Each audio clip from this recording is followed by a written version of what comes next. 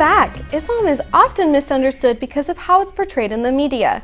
Extremist groups, like ISIS, unfortunately highlight the news that is reported about the Muslim community. Even though Muslims make up 3% of other religions on campus, they have a lot in common with the 51% of Catholics. To better inform the public about Islam's values, GUTV's Robert Perry looked into how Islam is connected with Catholicism.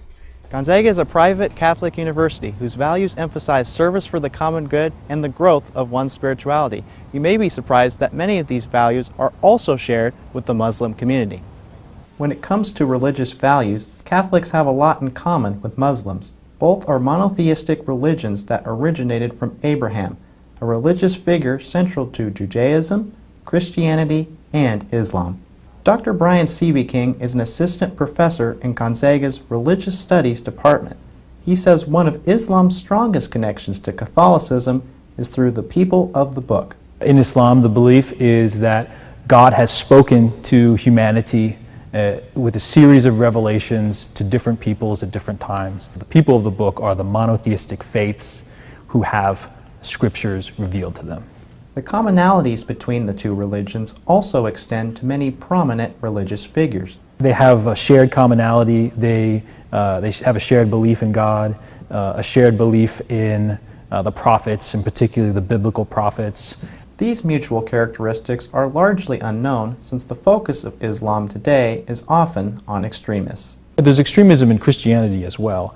But right now we have extremism in Islam that's very much front and center in the news. But it has a lot to do with political and international crises in the world, right? Which is bringing these things to the forefront. Dr. King says students can improve on this by talking and learning from other Muslim students. Meet your fellow Muslim students. Meet Muslims in the community, right? Dialogue with them. Have these conversations. Because once you get to know somebody, it's much more difficult to paint them as a stereotype. Robert Perry, GUTV. I would also encourage you to take an Islamic civilization course here that is offered by several professors to get an even deeper insight on the Muslim religion and see how we are connected with each other, and be sure to keep that in mind when you register for the spring semester. Gonzaga has a great community of international students that bring an incredible insight on world religions and customs. Here with me today is Karzan Morshid. Hi Karzan, how are you? I'm doing well, how are you doing? I'm doing pretty well. Thank you. I'm so excited that you're here. You are an international student, you are from Iraq, you studied in Seattle Central College for a couple of years, and then you just transferred over here.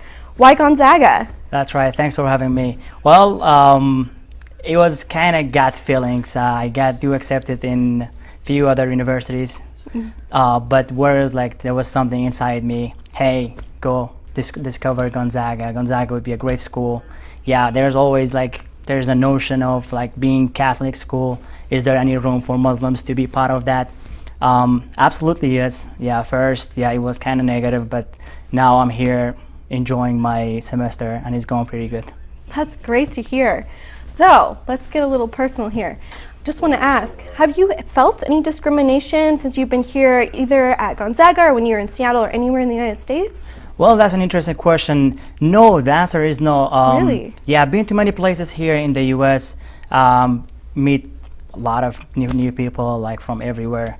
The key words here is being open-minded to other religions too. Mm-hmm. You don't have to be a strict person and assaulting others hey, this is my religion, I'm following the right one, you are the wrong one. So having this mindset would create a lot of chaos.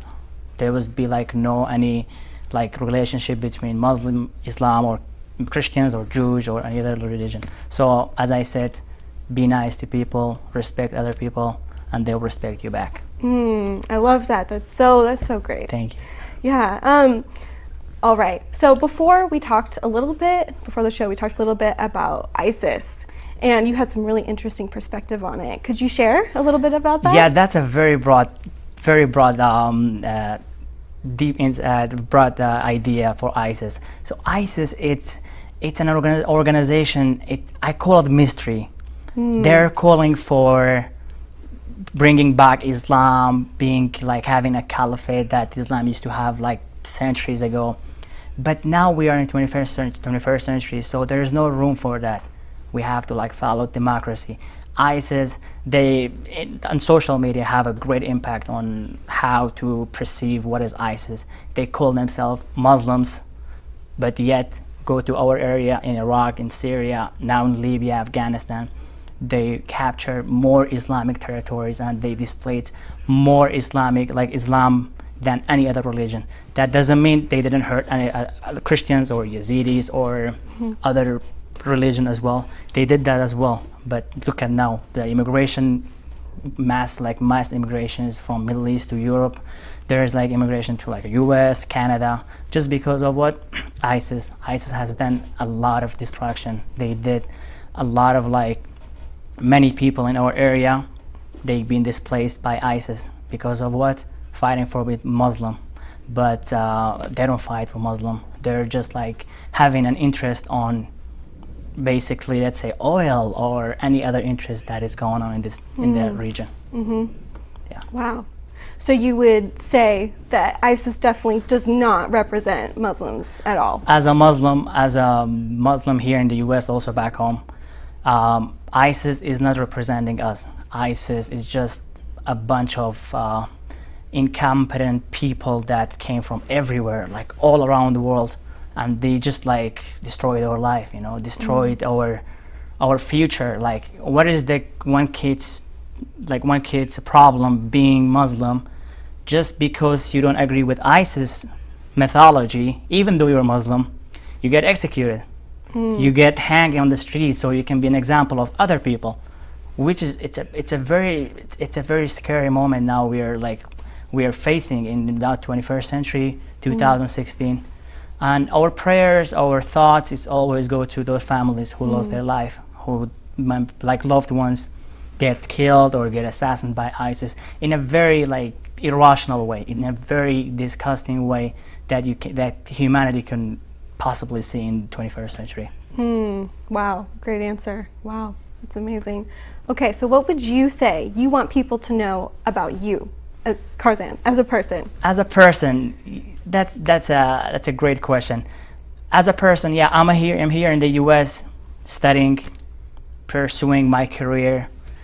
Just like accept Muslims to be like they're same as you. Maybe they're practicing different religion, but the heart is same. We both living in the 21st century. So don't watch media, like social media. Social media hasn't done anything good for Muslims. Has nothing done anything like in aspect of being Muslim.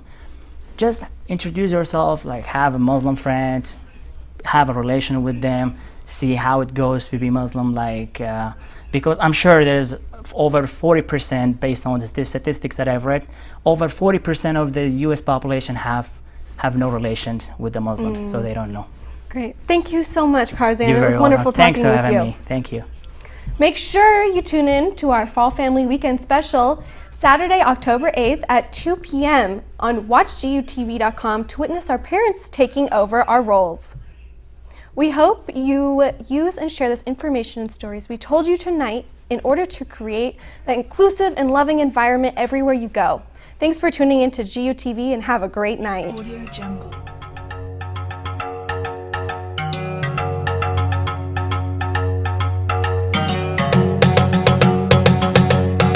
Audio Jungle.